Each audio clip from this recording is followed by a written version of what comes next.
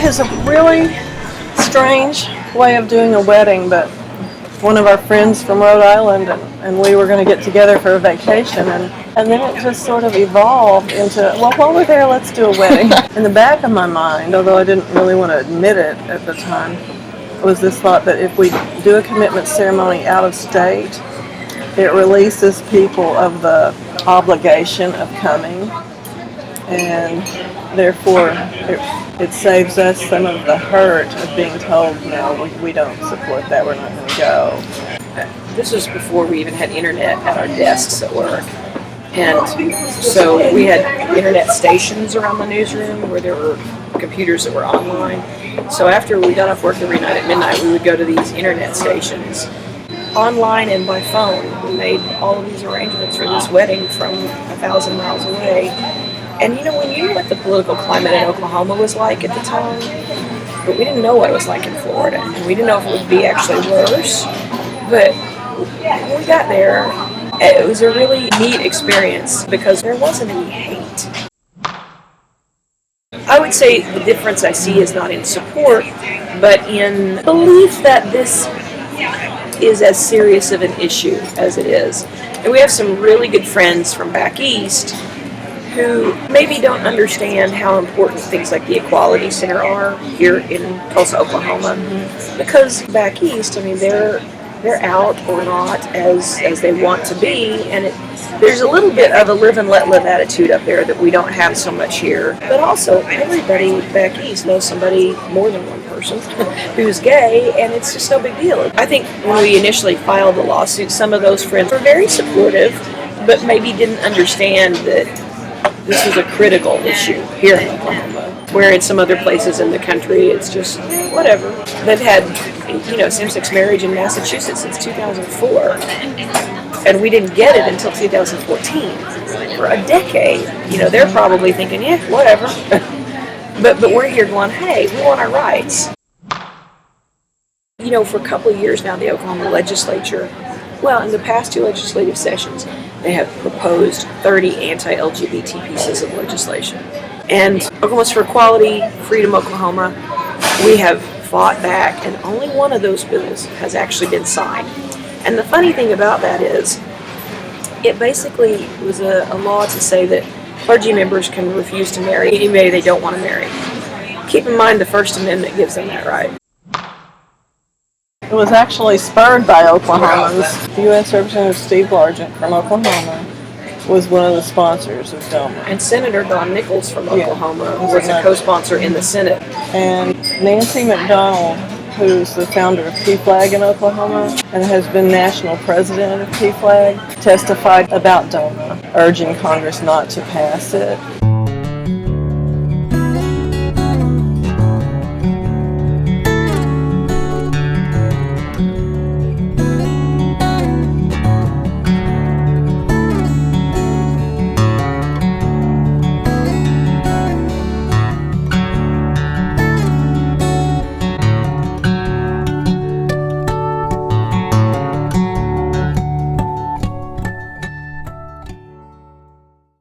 I think the genesis in our lawsuit was certainly DOMA. But also, it was definitely the fact that Massachusetts had gained the right to marriage. Yeah. And I thought, we're all Americans here.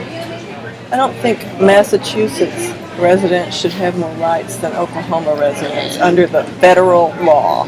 But we just decided we weren't going to go out of state and get married because we were going to make Oklahoma our home state. Do the right thing. We're Oklahomans. We're not leaving to go get some right that won't even be respected here, but we will stay here and fight to make our state do what's right and treat us all as equals under the law. We intended from the beginning to fight for all people's right to be married, not only in the state where they live, but also recognized by the United States and all states. It was always our goal to make it the whole thing. That's why we had two parts of our suit against DOMA and the state constitutional amendment. While they were campaigning for that state question, we could hear all the things they were saying.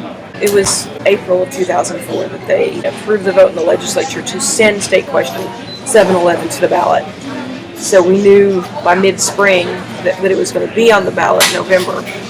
And that whole year, as there was discussion about it and all this kind of stuff. And we knew it was going to be passed by a large majority. And so we were already working on getting the lawsuit ready. And we told our lawyers, it's going to pass, get our lawsuit ready to file the very next day.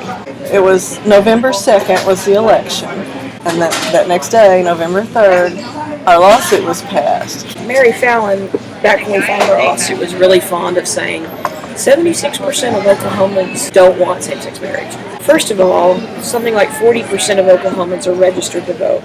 Of all the people in Oklahoma who were registered to vote that day, fewer than half voted. And of all the people who voted, 76% voted for that measure. It irritated us that we had to sue her instead of the state.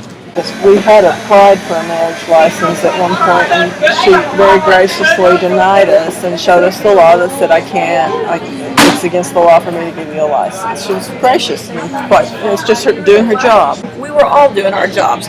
She didn't necessarily personally believe that we shouldn't have a license either, but she was doing her job, and she was doing the job that the voters elected her to do.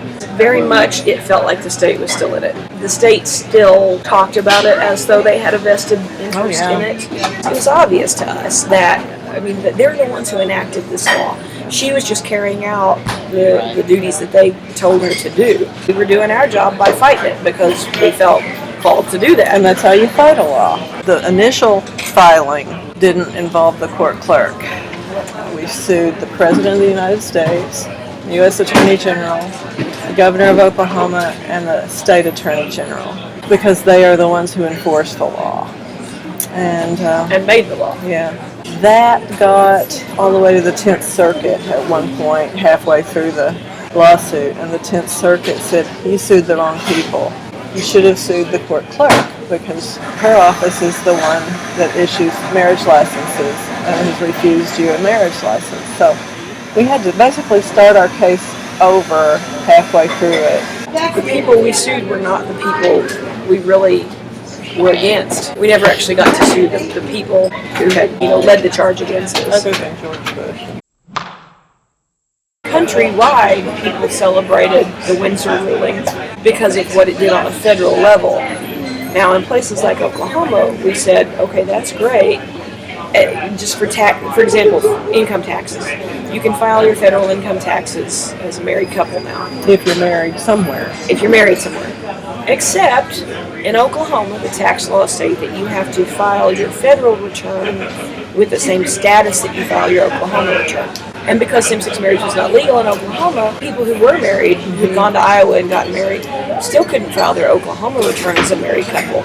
And because of that other provision, they couldn't file their federal returns as a married couple. So it's like salt in the wound. You get the benefit, except no, you don't. While we were all happy about the provisions of Windsor, if you lived in Massachusetts and you were a married couple, Windsor made everything a done deal. Yeah. It took care of everything, okay. Except when you traveled to states that didn't recognize your marriage. Yeah.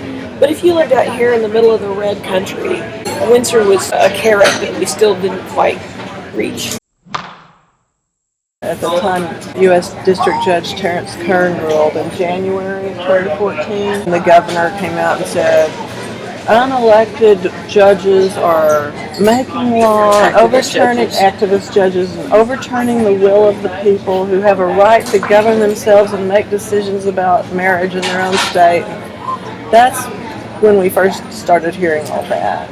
But only from the government officials, right. not from individuals. Not from the people. Except from the government officials, we never saw any sort of backlash like that. Once we won, the Tulsa County was ordered to pay our attorney fees. So the people of Tulsa County alone had to pay that. Even though the state as a whole voted. And we as taxpayers helped pay our attorneys for the judgment that we won. Our friends who pay taxes in Tulsa County, who always supported us, still had to pay that.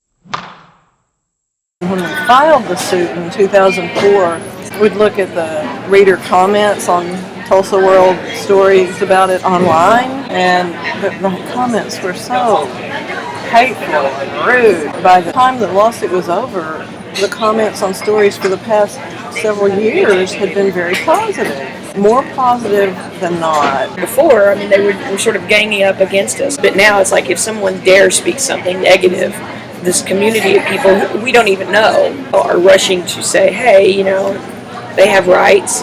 The day we filed the lawsuit, there were messages on our answering machine.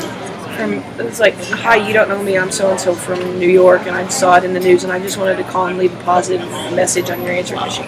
Some of them came from Oklahomans, some of them came from out of state, but they were all equally valuable to us, and they gave us some strength, because we hadn't known what to expect. We had thought, as soon as this makes the news, we're going to have protesters with picket signs on our front lawn. We may be assaulted, you know, but we never got that kind of response. We just got such a positive response that we heard. And not just individually, but by a lot of organizations. We've been the grand marshals of both the Tulsa Pride Parade and the Oklahoma City Pride Parade. And we've got Oklahoma Human Rights Commission, the Woody Guthrie Center. And I mean, it's really gratifying and it's really humbling, very special. Stanford had us come out there and speak to their students. And these kids from California who know nothing about Oklahoma, for the most part, they got the gravity of the situation. That was really cool. I mean, who gets to do that?